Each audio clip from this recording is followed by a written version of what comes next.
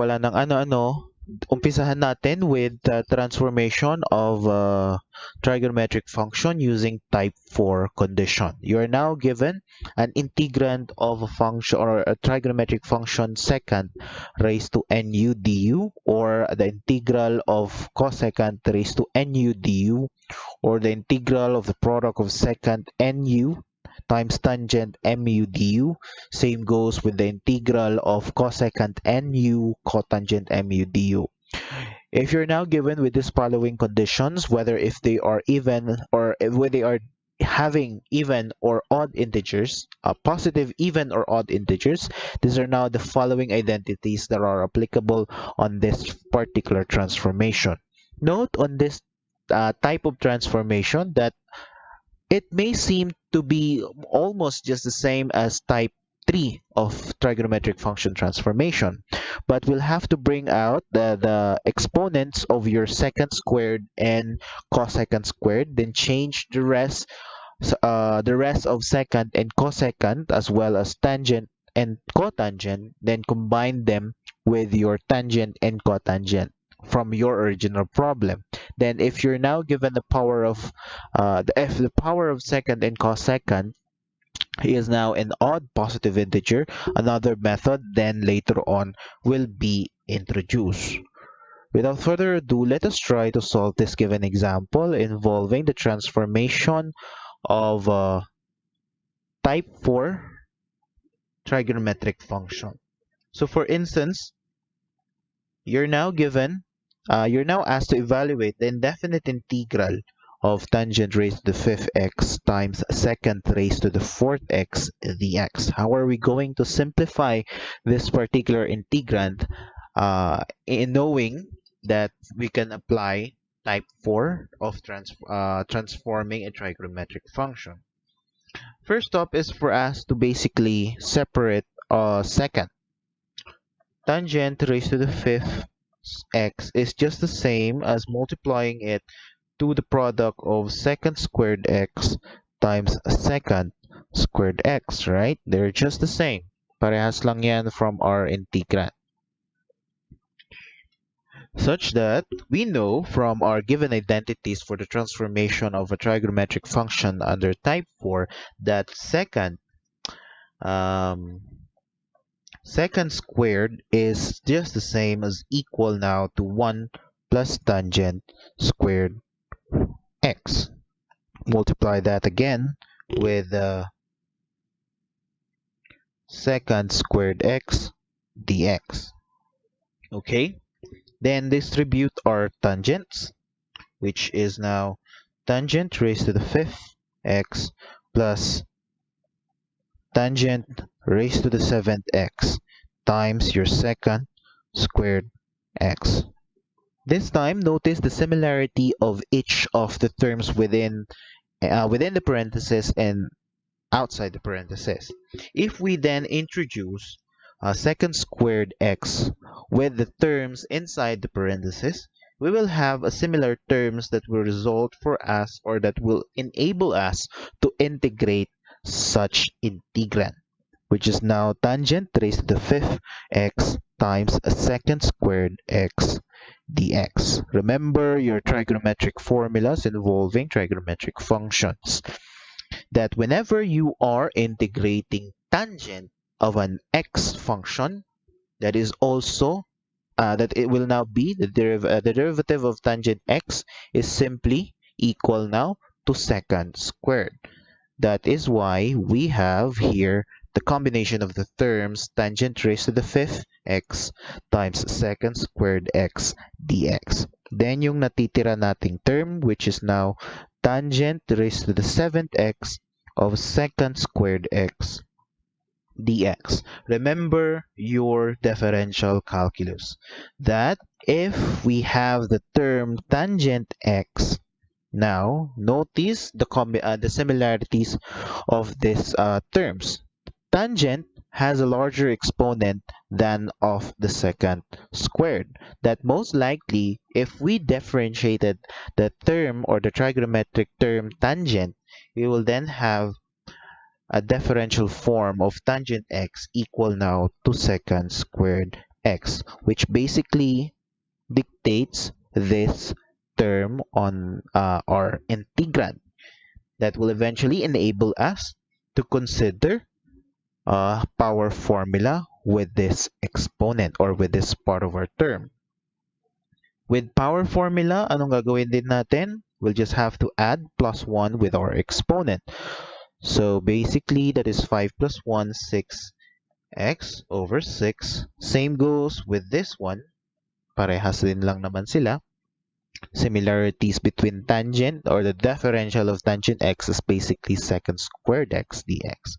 So the other term we'll just have to consider power rule. 7 plus 1 is 8. All over 8 plus c. Yan lang po. Yan. So for our next example, what if you're now asked to evaluate the indefinite integral of cosecant raised to the fourth y dy? This particular integrand is just the same as the product of cosecant squared y times cosecant squared y dy. Knowing the similarities of this with our identities, such that cosecant squared y can also be expressed as 1 plus cotangent squared y. Diba? Parehas lang based on our identities. Then, more or less, nakikita mo na yung susunod na part ng ating solution. Distribute lang natin si cosecant squared with our open close parenthesis term dy plus your cotangent squared y and cosecant squared y. Remember from our last meeting, 2 days ago, that we have an exact integral of cosecant squared of a function y dy, such that in this particular integrand, if we consider cotangent as our function, cotangent y, well then, the differential of cotangent is simply as equal now to negative cosecant squared y dy, which defines the similarity of these two terms within this integrand. So knowing na meron tayong negative dyan, we'll just have to introduce a what? A correcting factor equivalent to negative 1 over negative 1 outside of our integral sign or integrands. Such that we already have considered, we already know that we have an exact integral value of our integral form of our cosecant squared y, which is now our antiderivative. The integral of cosecant squared y is basically cotangent y. And lastly, that is now negative 1 times positive is simply negative. The integral such that we have already differentiated this term, we'll just have to apply power rule at this point. So cotangent this time plus cotangent raised to 2 plus 1 is simply 3y over 3 plus c. So yan na ngayon yung ating final answer for this problem. Okay?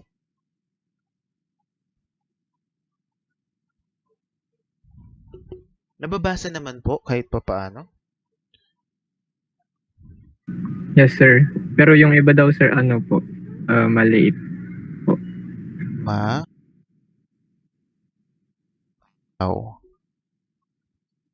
Maliit? Yes, sir. Yung sulat lang po siguro, sir. Sige. Naka-record naman. I-zoom ko na lang. Unti-unti. Tsaka binabasa ko naman, inaano ko naman dyan. Dinidictate ko naman isa-isa. So, no worries. Now, for problem number 3, you're now given to evaluate the indefinite integral of cotangent cube y times cosecant raised to the 6 y dy. Masyado nang mataas yung exponent ng ating terms or ng ating trigonometric functions. But how about if we then expand this particular integrand? Knowing that we can express this one or expand this integrands the same as cotangent cube y times cosecant raised to the fourth y times cosecant raised to the second power y dy, where cosecant raised to the fourth can also be expressed as what? Cosecant squared y raised to 2, as well as cosecant squared y dy. The similarity of these terms, we can then expand further that we know that cosecant squared y has an equivalent identity of 1 plus cotangent squared y raised to 2 cosecant squared y dy. Ngayon, as simple as this, expand muna natin yung ating term with having a square exponent. So, cotangent cube y, that is now 1 plus 2 cotangent squared y plus cotangent raised to the fourth y of cosecant squared y dy. Notice that most of the time, the expansion that we are considering are the trigonometric functions which has a positive even integers. Diba?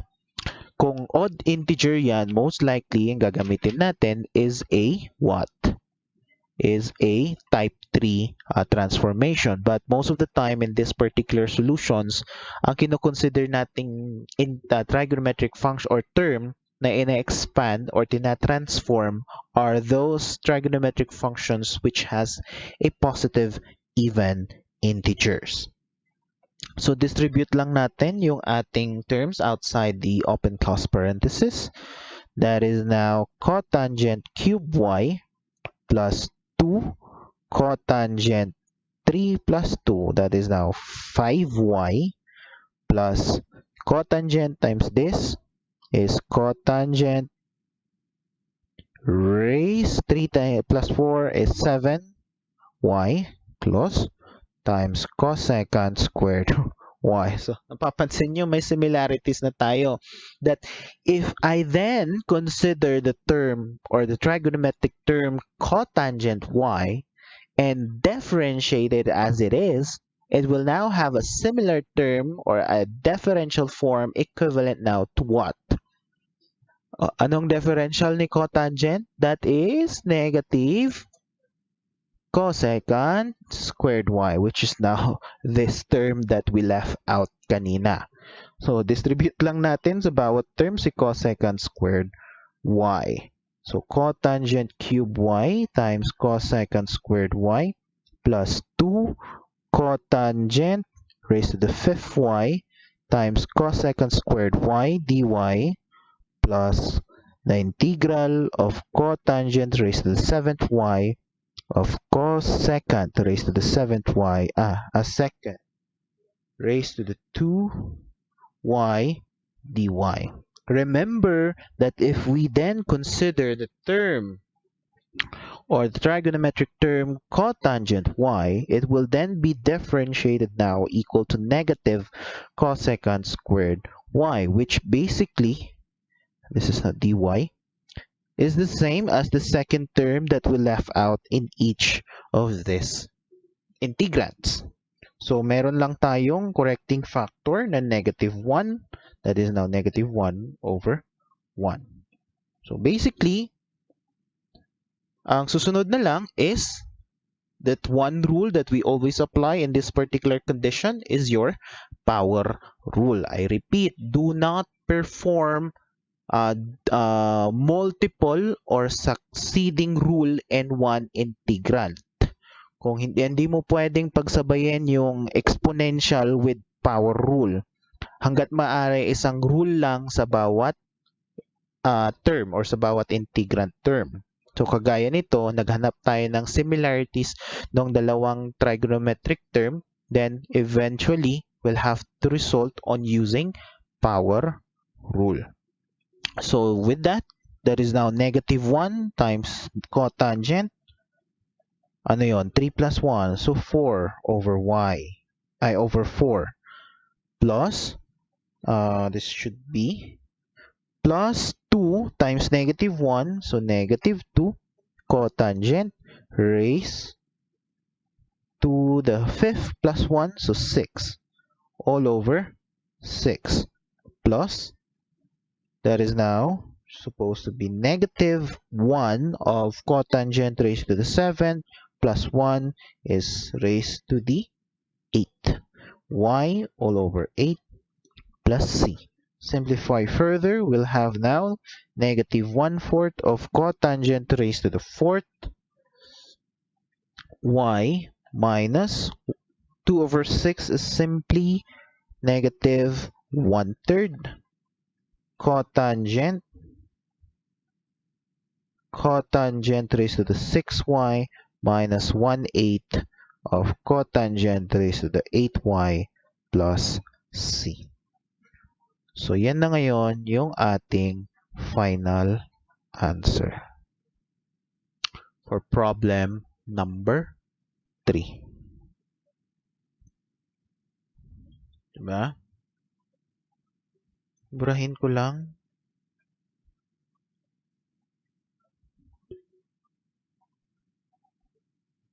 In continuation, under transformation pa rin ng trigonometric function type 4, let's try to solve this example number 4.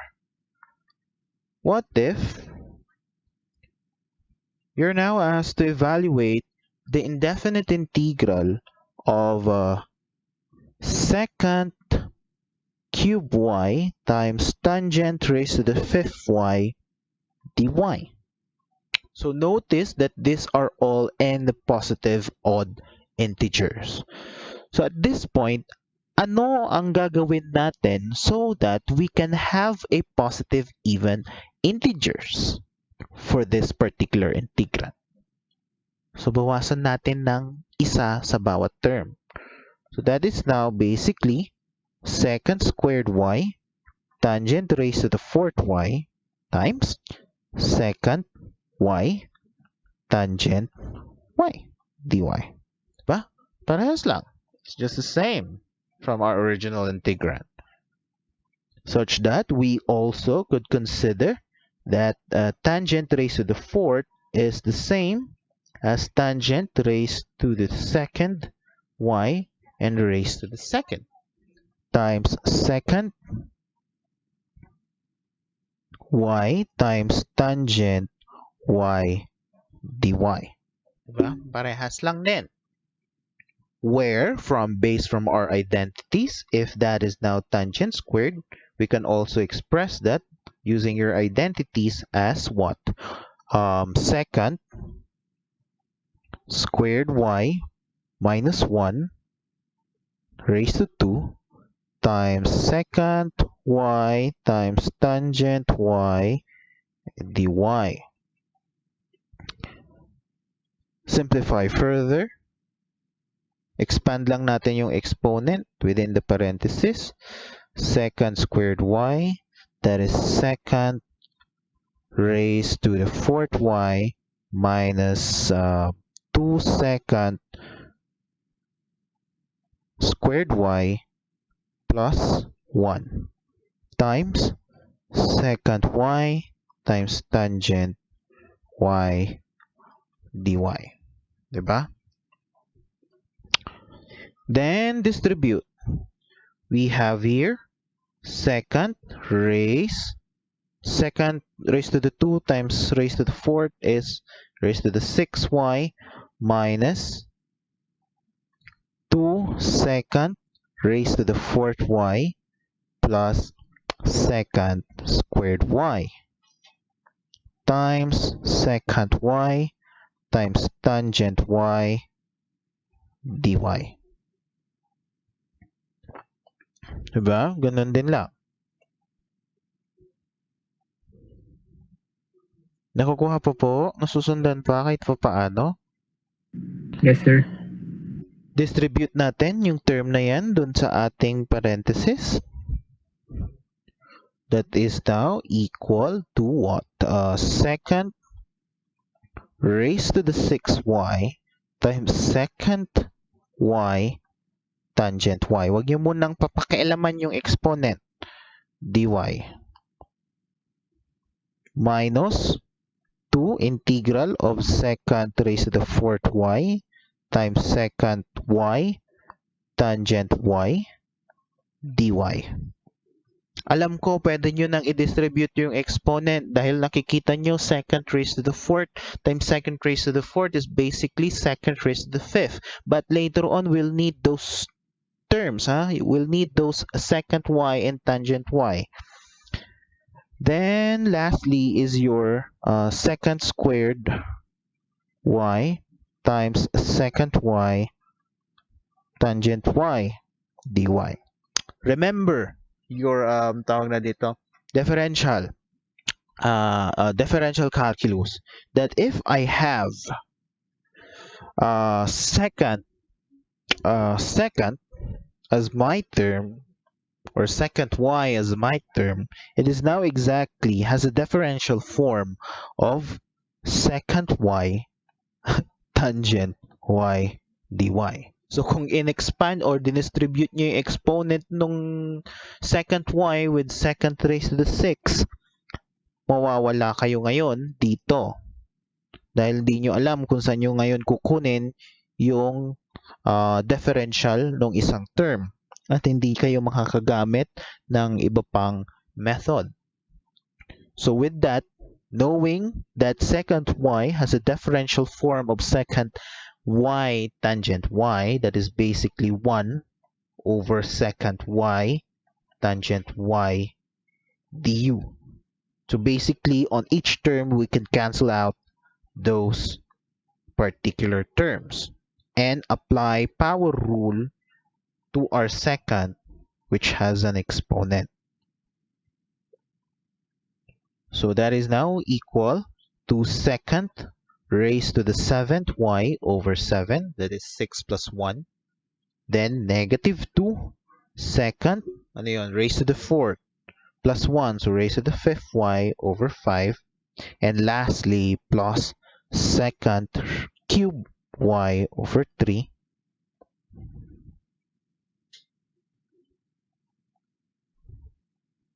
over 3 plus c. So, eto na ngayon yung ating final answer. Okay? This is 1.